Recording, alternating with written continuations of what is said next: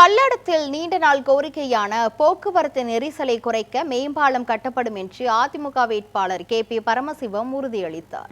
திருப்பூர் மாவட்டம் பல்லடம் சட்டமன்ற தொகுதியில் அதிமுக வேட்பாளர் KP பரமசிவம் தீவிர தேர்தல் பிரச்சாரத்தில் ஈடுபட்டு வருகிறார். பூமலூர், ஆறுமுத்தாம்பாளையம், அறிவோளி நகர் உள்ளிட்ட பல்வேறு பகுதிகளில் வாக்கு சேகரித்த அவர் கடந்த காலத்தில் நிறைவேற்றப்பட்ட திட்டங்களை பொதுமக்களிடம் விளக்கினார். அப்போது பேசிய பரமசிவம், பல்லடத்தில் நீண்ட நாள் கோரிக்கையான போக்குவரத்து நெரிசலை குறைக்க மேம்பாலம் கட்டப்படும் என்று உறுதியளித்தார்.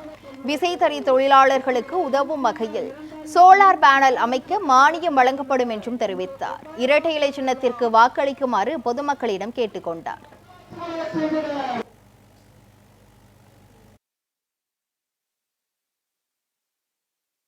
இந்த பகுதியில் வருகின்ற போதெல்லாம் குடிநீர் பிரச்சனை அதிகமாக இருக்கின்ற காரணத்தினால் பல்லடம் தொகுதிக்கு ஆனமலை நல்லாறு திட்டத்தை நிறைவேற்றி தருவோம் என்று தேர்தல் வாக்குறுதியிலும் கூறினார்கள்.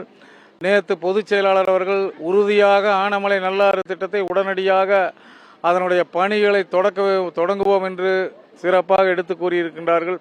முக்கிய பிரச்சனையாக முக்கிய தொழிலாக இருக்கின்ற கோழிப்பண்ணை தொழிலுக்கு கோழி வளர்ப்பதற்கு பல இடையூறுகள் இருந்து கொண்டிருக்கின்றது. அதையும் பேச்சுவார்த்தை மூலமாக நிரந்தரமாக தீர்த்து வைப்போம் என்று சொல்லியிருக்கின்றார்கள்.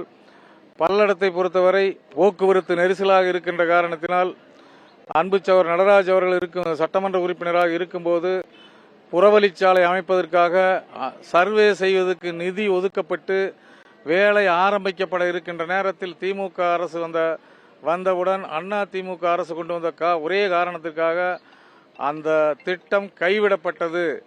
மீண்டும் அந்த திட்டத்தை உறுதிப்படுத்தி அதை கூட்ட நெரிசலை தவிர்ப்பதற்கும் உயர்மட்ட மேம்பாலம் அமைப்பதற்கும் உரிய நடவடிக்கை எடுப்போம் என்பதை இந்த நேரத்தில் அன்போடு தெரிவித்துக் கொள்கிறேன்.